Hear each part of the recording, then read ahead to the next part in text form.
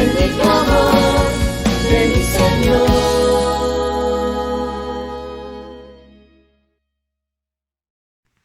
Damos inicio a este culto de adoración escuchando esta hermosa alabanza de nuestros hermanos. Y como dice la palabra de Dios, respóndeme cuando te llamé. Tú, oh Dios, que eres mi defensor, tú que en la angustia me confortaste, apiádate de mí, escucha mi oración. ¿Y ustedes? ¿Hasta cuándo me deshonrarán?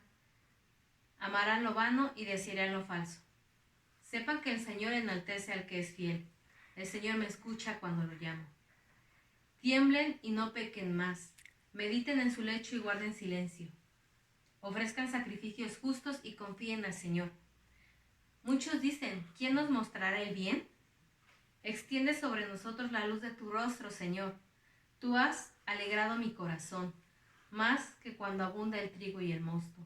En paz me acuesto y al instante me duermo, porque solo tú, Señor, me haces vivir tranquilo. Es lo que dice la palabra de Dios en el Salmo número 4. Y es así como debemos darle gracias y honra a nuestro Señor por todo lo que nos da, por lo que nos provee. Y por eso estamos aquí para darle gracia y honra a nuestro Señor, para poderle ofrendar este hermoso día para Él. Damos inicio a nuestro culto de adoración de la Misión Bautista Vida Eterna de Querétaro. Sigamos adorando a nuestro Señor con estas hermosas alabanzas que nuestra Iglesia Madre, la Iglesia Bautista Aret, nos permite utilizar. Alabemos.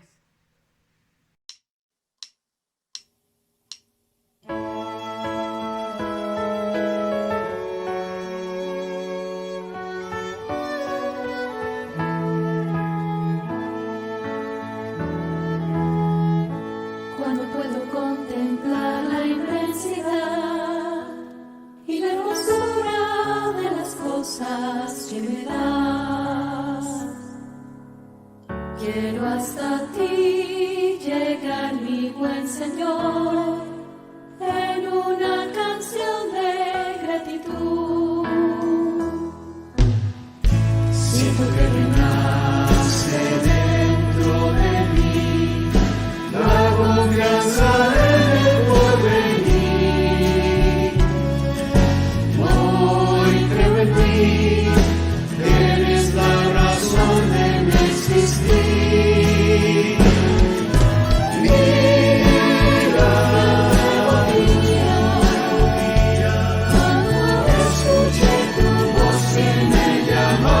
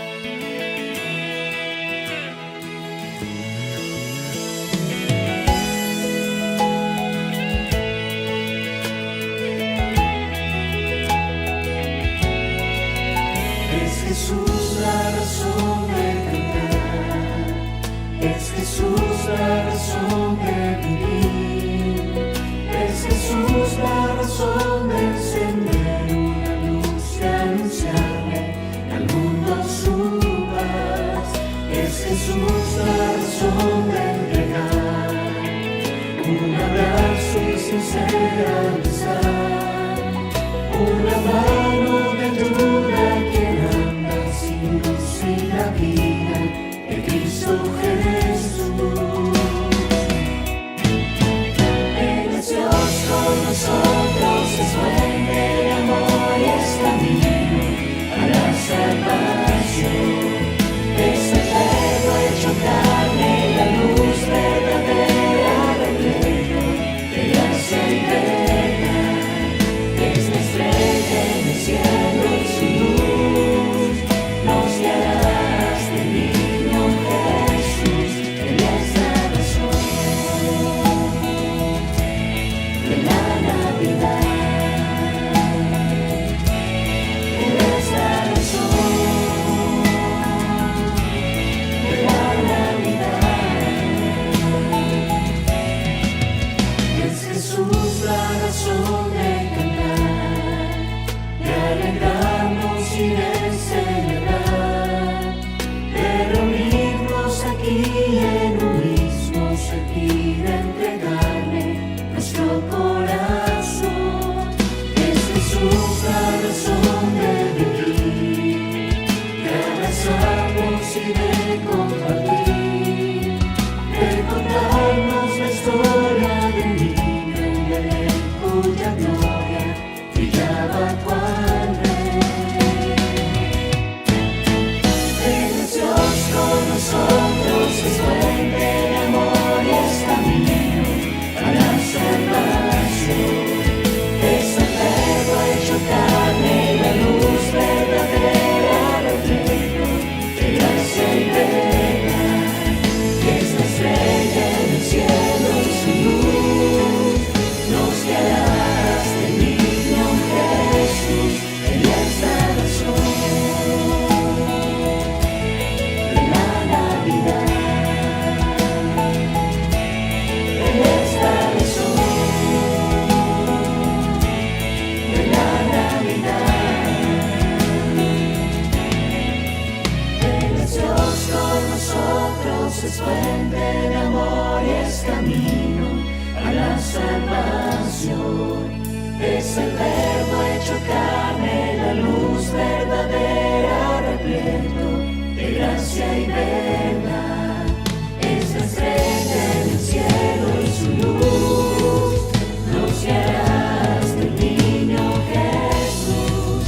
Es la estrella en el cielo y su luz nos guiará hasta el niño Jesús. Es la estrella en el cielo y su luz nos guiará hasta el niño Jesús. Él es la razón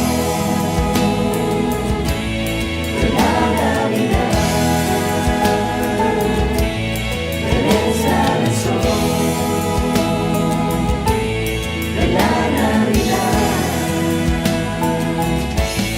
Él es la razón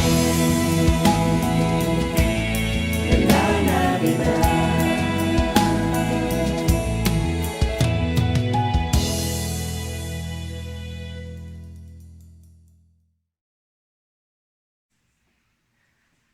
Hermosas alabanzas que cantan nuestros hermanos, donde nos dicen que Dios, que Jesús es nuestra luz, la luz de nuestra vida, la luz que necesitamos en medio de este mundo lleno de tinieblas, la que nos guía en el hermoso camino que es su palabra. Y por eso, hermanos, tomemos la palabra de Dios, nuestra Biblia, con la mano derecha para hacer nuestra profesión de fe. Y dice: la palabra de Dios contenida en este libro es la verdad que acepto creer, es la enseñanza que me comprometo a seguir y es la esperanza que me atrevo a confesar. Nada me impide recibirla, nadie le evitará que él haga parte de mi vida y por ningún motivo dejaré de proclamarla. Estoy aquí para leerla, oírla y vivirla diariamente. Amén. Y es el tiempo de la palabra de Dios en manos de nuestro hermano, el pastor David Hernández. Hagamos una oración para poder escuchar esa palabra. Señor, te pedimos, Señor, que abras nuestra mente, nuestro corazón en estos momentos para poder escuchar la palabra que tiene nuestro hermano para con nosotros. Permítenos que seamos recíprocos con ella, que la sigamos y entendamos lo que tú quieras decir y obrar en nuestras vidas a través de ella. Bendice al hermano y al igual bendice a todos los hermanos que intervienen en poder hacer esta transmisión para poderte alabarte y darte gloria. A nuestros hermanos del coro, Señor, bendícelos.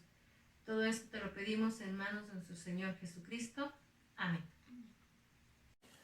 Mis amados hermanos, hermanas, amigos y amigas, sean ustedes bienvenidos a este sermón del domingo 25 de abril de 2021, más tardecito de lo normal por cuestión de trabajo. Lo estoy grabando desde el Hospital San Patricio en la Ciudad de México. El título de este sermón es "Y dijo Dios, sea la luz, y fue la luz". Y si usted me dice, se me hace conocido el versículo, tiene usted razón. Es el primer versículo de la Biblia, Génesis 1:1.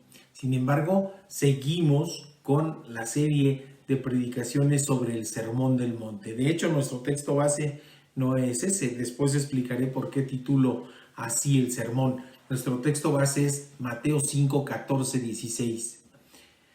5 del 14 al 16. Y dice así: ustedes son la luz del mundo. Una ciudad asentada sobre un monte no puede ser escondida. Tampoco se enciende una lámpara para ponerla debajo de un cajón, sino sobre el candelero, y así alumbra a todos los que estén en la casa. Así alumbre la luz de ustedes delante de los hombres, de modo que vean sus buenas obras y glorifiquen al Padre que está en los cielos. El Señor nos sigue exhortando a los oyentes originales, pero también a nosotros, a sus discípulos, el círculo más cercano, pero también al segundo círculo y a los otros que andaban con Él. Y esta exhortación, esta invitación nos alcanza a nosotros. Así que el Señor nos sigue invitando a ser ciudadanos del reino. Esa tarde en el monte o montículo en el que se dio uno de los sermones más trascendentes en el ministerio terrenal de nuestro Señor y por lo tanto en la historia de la humanidad. Utiliza figuras literarias que permiten la fácil comprensión de los oyentes, las alegorías cargadas de un gran simbolismo. Qué raro debió haber sido aquellos hombres y mujeres sencillos, haber sido nombrados tan generosamente la sal de la tierra y la luz del mundo. La reacción natural sería: ¿yo? ¿En serio yo? ¿De verdad yo? Porque sabemos lo inmerecido de esos adjetivos y principalmente viniendo de la boca del Señor. Porque sabemos de nuestros defectos, porque sabemos de nuestras debilidades. Pero el Señor los miraba y nos mira con amor. Y sabía que casi todos los presentes le amaban y casi todos serían obedientes, aunque también sabía de sus indecisiones, de sus falibilidades, de sus debilidades. Pero a pesar de ello, o quizás a causa de ello, es precisamente que el Señor no les dice: quiero que sean la luz del mundo, ni tampoco dice: serán la luz del mundo, y menos aún nos dice: busquen ser la luz del mundo. No. El Señor lanza un contundente y definitivo: son la luz del mundo. Pero si pensamos en lo que la misma Escritura nos dice referente a nuestro Señor Jesucristo, Juan se refiere así en su Evangelio en la palabra al divino Verbo, a Jesús. En Juan 1:4, en ella estaba la vida y la vida era la luz de los hombres. La luz resplandece en las tinieblas y las tinieblas no la vencieron. El Señor mismo se refiere a sí mismo en el mismo Evangelio de Juan, pero ahora en el capítulo 8, versículo 12, dice: Jesús les habló otra vez a los fariseos diciendo: yo soy la luz del mundo. El que me siga nunca andará en tinieblas, sino que tendrá la luz de la vida. Entonces, difícil por comprender, porque si aún Juan el Bautista, aquel al que el mismo Señor se había referido como que no había nadie entre los nacidos de mujer mayor que Juan el Bautista, y que sin embargo era más pequeño que cualquiera de los del reino de los cielos, a él se refería el Señor como la antorcha que ardía y alumbraba. Fíjense cómo le hablaba el Señor sobre Juan el Bautista. Y sin embargo, Juan tenía que menguar. Su luz tendría que apagarse. Asesinado por Herodes a petición de Herodías, su esposa, que había sido esposa de su hermano Felipe y de su hija. Juan el Bautista partía habiendo cumplido su misión. No era la luz, pero había dado testimonio de la luz. Ahora el Señor les dice a ellos, a los que están ahí, que sigan siendo luz, que deben comportarse como luz, hacerse visibles. Influir es ser útil, y si para ser útil deben comportarse como luz. Vamos a las enseñanzas. La primera enseñanza dice: los cristianos somos lámparas, no espejos. Cierto es que nunca nadie llegará a ser luz como lo es Jesús, pero también es cierto que el Señor no nos pide ser simples reflejos de su luz. Pensamos en la luna, ciertamente ilumina, ciertamente su luz es útil cuando hay luna llena, cuando andamos en el bosque y no hay otra fuente de luz, pero para que sea verdaderamente útil no debe estar nublado. Por ejemplo, y durante una fase la luna se va paulatinamente oscureciendo, la luna menguante, y en una fase que llamamos luna nueva simplemente no se ve, no ilumina y por lo tanto no es útil. Sabemos que está ahí, pero no nos es útil. También hay otro tipo de lunas. Recuerden que así se les llamaba a los espejos. Los espejos tienen una cara útil, una cara capaz de reflejar la luz y las imágenes que tienen enfrente, pero también tienen una cara opaca, una cara gris. El Señor no quiere que tengamos una fase útil y otra inútil, y mucho menos que tengamos una cara oscura. Por ello no somos simples reflejos de su luz, ni como lunas, ni como espejos. Las lámparas que se usaban en la época del Señor eran un contenedor de aceite con un pabilo sumergido. Dios quería que estuviéramos encendidos. ¿Y qué es lo que nos enciende? Su propia luz, ciertamente, pero mantenernos encendidos era lo que Él quería, que tuviéramos una luz propia, encendida por Él, pero una luz propia, pequeña comparada con su gloria y su grandeza, pero propia, encendida, lógicamente por Él, por su gracia, por su amor, por su misericordia. Quería que nos convirtiéramos en luminares. Pablo lo explica a detalle cómo no ser un simple espejo, sino brillar con luz propia encendida por la fe en Jesucristo. En Filipenses 2:15 nos dice: para que sean irreprensibles y sencillos hijos de Dios, sin mancha en medio de una generación torcida y perversa, en la cual ustedes resplandecen como luminares en el mundo. En las características que dicen los versículos previos y posteriores a este pasaje, además nos dice Pablo, fíjense cómo es la característica de aquel que tiene que ser luz. Pablo les dice en esta carta a la iglesia de Filipo, les dice: tienen que ser irreprensibles, sencillos, sin manchas, sin contiendas, sin murmuraciones, reteniendo la palabra y obedeciendo como siempre. Qué difícil nos los pone Pablo, pero podemos ver que no hay entonces lado oscuro. Pablo nos dice como siempre, y como siempre es que siempre se debe ser útil. Santiago, el hermano del Señor y autor de la carta que lleva su nombre, nos dice en Santiago 1:8: el hombre de doble ánimo es inconstante en todos los caminos, así que es menester ser de un solo ánimo, una sola cara, una sola faz, iguales en todos lados, buscando ser luz en todos lados, pero además en toda circunstancia. No como la luna, que si está nublado no se ve, se esconde. El testimonio es un estilo de vida del creyente y es lo que da luminosidad. Un luminar es un cuerpo celeste que tiene luz propia. Así es lo que les está diciendo Pablo en esta carta a la iglesia de Filipo. Y cuando es verdadero, cuando es en verdad, cuando ese pábilo ha sido encendido por la acción de Jesucristo en nuestro corazón, nada se hace ni por vanidad ni por contienda. Todo se debe hacer para glorificar al Padre que está en los cielos. Nos dice la misma palabra de Dios. Por lo tanto, estemos encendidos como lámpara, no como espejo. Sé comunidad prendida. La exhortación, es cierto, es individual. El Señor está hablando a cada uno de los individuos para que tome decisión. Pero qué hermosa, no sé si la han visto en internet, se ven las tomas de continentes enteros desde satélites, las tomas nocturnas. Se ve luces, iluminada preciosa, lo que son las costas y gran iluminación en las ciudades desde el cielo. Y pues es lo que el Señor estaba pidiendo, ser una ciudad, como una ciudad prendida, de esas formas nocturnas que se toman desde los satélites. El Señor hace la alegoría porque así alumbraba la ciudad de Jerusalén a quienes a ella se acercaban. Era un símbolo del pueblo judío acercarse a Jerusalén con las decenas o centenas de casas prendidas. Por supuesto que iluminaba el horizonte, además de que también desde el punto de vista metafórico, así se le llamaba, la luz para el pueblo hebreo y la luz que alumbra a los gentiles, punto que ahondaremos más adelante. Ahora el Señor, que tiempo después llorará por el destino de Jerusalén, el Jerusalén físico, exhorta, invita a ser como una ciudad sobre una montaña o como una lámpara en un candelero. También el Señor nos habla de una intencionalidad. Perdón, está sonando un teléfono.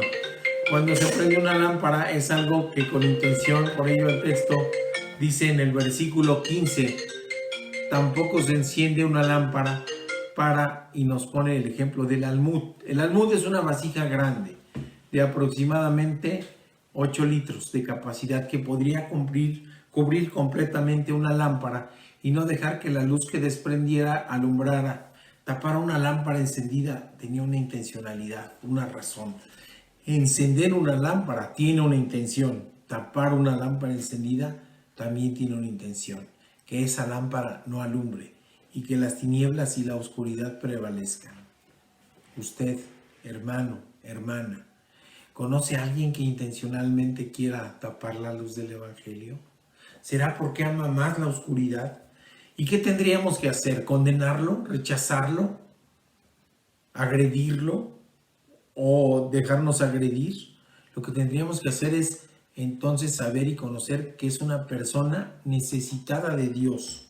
Hay que orar por ella y predicarle el Evangelio. Es decir, destapar la lámpara. En la palabra de Dios, al igual que en el resto de la literatura hebrea, se utilizaba mucho con fines de enseñanza y ahora con relación a la luz, la literatura de contraste. Marcar contrastes era una manera de enseñar. Podemos encontrar el ejemplo en Isaías 5:20, nos dice Isaías, hay de los que a lo malo llaman bueno y a lo bueno malo. Consideran las tinieblas como luz y la luz como tinieblas.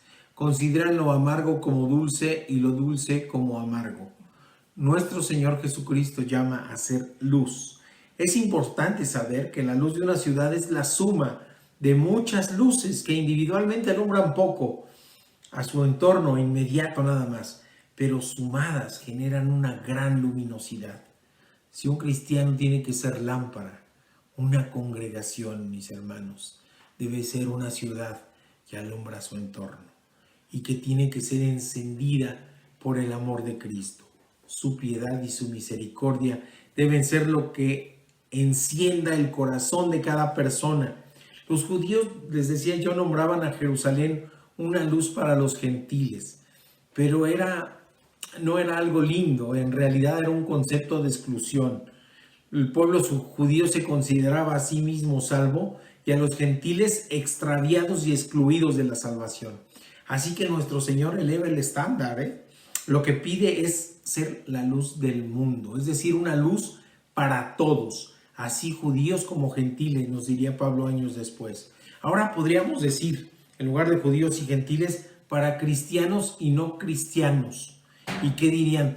Bueno, ¿cómo es posible que sea una luz que también alumbre a los cristianos? Bueno, es que el Señor quiere que su evangelio, que su sacrificio en la cruz alcance a todos, pero esa es finalmente la exhortación que está haciendo, que los cristianos seamos la luz que atraigan a los que no lo son, a través de dos elementos unidos e inseparables: la predicación de la palabra de Dios y una vida que sea de testimonio. Uno de estos elementos sin el otro no es proclamar el evangelio. Hablar de la palabra de Dios sin un estilo de vida acorde a la voluntad de Dios puede ser más bien una piedra de tropiezo. La gente puede decir, mira, dice que es cristiano y ve cómo se comporta. Y eso sería, más que llamarlos hacia la luz, una piedra de tropiezo. Y en lugar de acercarlos a Cristo, somos un mal testimonio O por el contrario, ser muy bueno. Hay gente que es muy buena, trata de ser bueno y como dicen, bueno, pues échale ganas para hacer el bien. Pero sin duda, mucho mejor es eso que portarse mal. Pero ¿qué creen? La gente buena sin Jesucristo tampoco va a la salvación. Sí son buenas sus obras, pero sin Cristo no hay salvación. Y lo que nos pide el Señor es que las buenas obras, nacidas de la fe en Jesucristo, buenas obras que no salen de un corazón vanidoso, ni de un corazón que quiera servir sin Cristo, sino de un corazón con Cristo que quiera servir. Las buenas obras son obras de la fe, no obras de la vanidad humana, para que otros se den cuenta. Entonces la intencionalidad de ello ya no es ser luz que acerque a las personas del Evangelio. Ser bueno sin Cristo no acerca a las personas al Evangelio, sino es vanidad humana, es buscar elogios. Por ello el Señor instaba a la oración a solas, al ayuno en silencio, a las ofrendas sin que una mano se enterara de lo que hace la otra.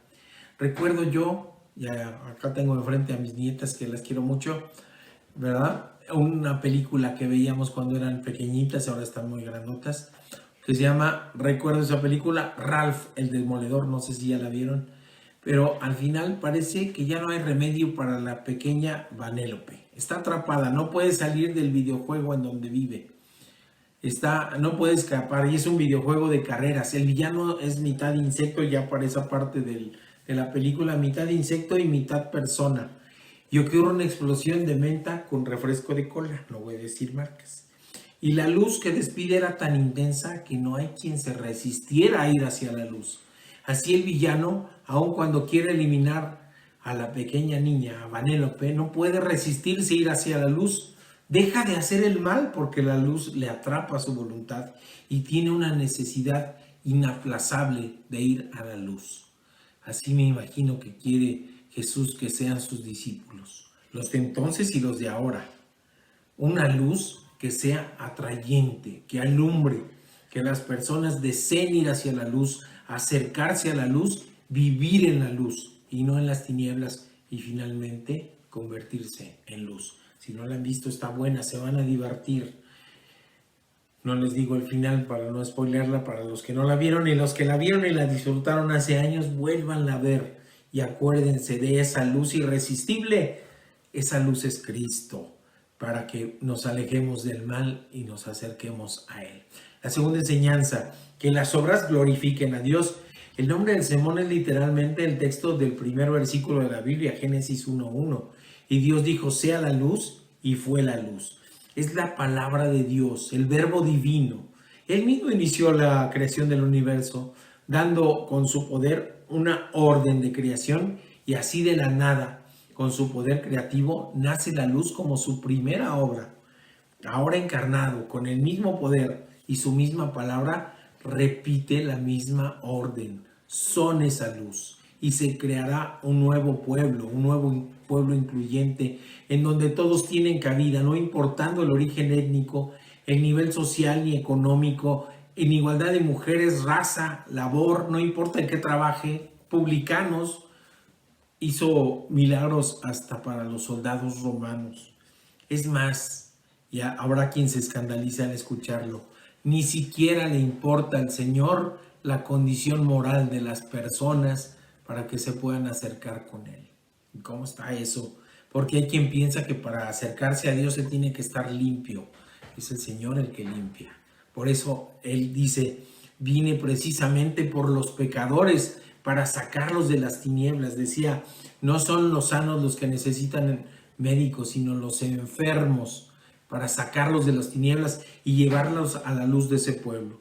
Para entonces, cuando pronunció el Sermón del Monte, un pueblo no nacido aún, pero ahora el Señor quiere que haya en el corazón de las personas que todo su actuar sea para glorificar al Padre a través del Hijo y por la acción del Espíritu Santo en la vida de las personas. Que este distintivo de ciudadano del reino, con todas las características de Cristo, se vuelva también el distintivo de quien sea su discípulo. Nos dice Pablo, fíjense qué hermoso, en la carta a la iglesia de Éfeso, La carta a los Efesios, capítulo 4, versículo 13. Hasta que todos alcancemos la unidad de la fe y del conocimiento del Hijo de Dios, hasta ser un hombre de plena madurez, hasta la medida de la estatura de la plenitud de Cristo. Es una medida y es inalcanzable, pero tenemos que corretear la utopía y hacer entonces de esa congruencia de la que hablamos entre predicar la palabra y un testimonio de luz plena, que sea de bendición para quienes vean la luz, sin perder de vista que la salvación no es por obras, sino por la gracia de Dios a través de la fe en Jesucristo. Dios quiere que sea una fe con obras y que se glorifique al Padre y no a la persona misma, que en todo su andar haya oración, que en todo el camino haya bendición, que en todo momento haya humildad, que en todo momento nos sepamos inmerecedores de todo y que en todo momento sepamos que todo es por la gracia de Dios. Recuerdo un varón hace años, había estado caído en las garras del alcoholismo y de las drogas. Después lo vi hablando de Dios, lo vi predicando del Evangelio, limpio ya de eso que lo esclavizaba. Y escuché también a alguien que lo descalificaba diciendo, míralo cómo habla, si yo sé de dónde viene y cómo era. Y recuerdo que le dije precisamente eso, esto debe ser para la gloria de Dios, porque Él lo transformó, porque Él solo no hubiera podido ser transformado. Esa transformación es obra de Dios, pero no me escuchó. Tenía un corazón entenebrecido, que no deja ver la obra de Dios. Como los discípulos que no alcanzaban a comprender el milagro de la multiplicación de los peces y los panes cuando Jesús les alcanzó caminando sobre el mar para llegar a la barca. Como nos dice el capítulo 6 de Marcos en su parte final, que la misma palabra de Dios nos dice que no valoraban porque tenían un corazón entenebrecido, es decir, lleno de tinieblas. Nos dice Pablo en 2 Corintios 3, del 1 al 3, ¿comenzamos otra vez a recomendarnos a nosotros mismos? ¿O acaso tenemos necesidad como algunos de cartas de recomendación para ustedes o de ustedes? Ustedes son nuestra carta, escrita en nuestro corazón, conocida y leída por todos los hombres. Es evidente que ustedes son carta de Cristo, expedida por nosotros, escrita no con tinta, sino con el Espíritu de Dios vivo, no en tablas de piedra, sino en las tablas de corazones humanos. Qué palabra tan hermosa. Tenemos que ser así, corazón encendido por Dios y escrito con el Espíritu Santo en nuestra vida, en nuestro corazón, en nuestra palabra, en nuestro testimonio. Que esa sea la carta.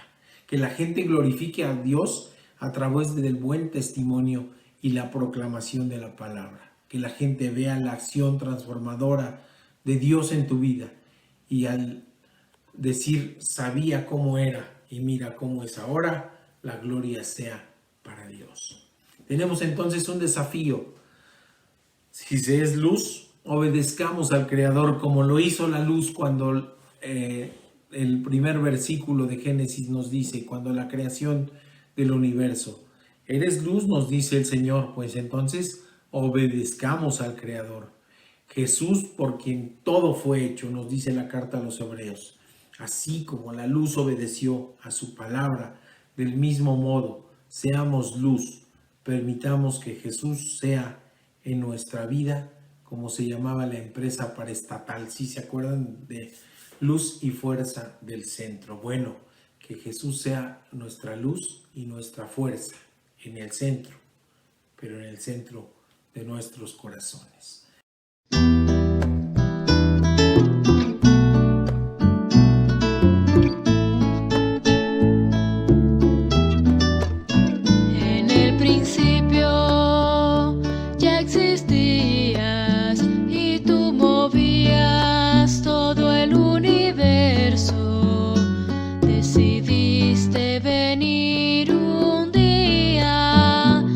Salvar a tu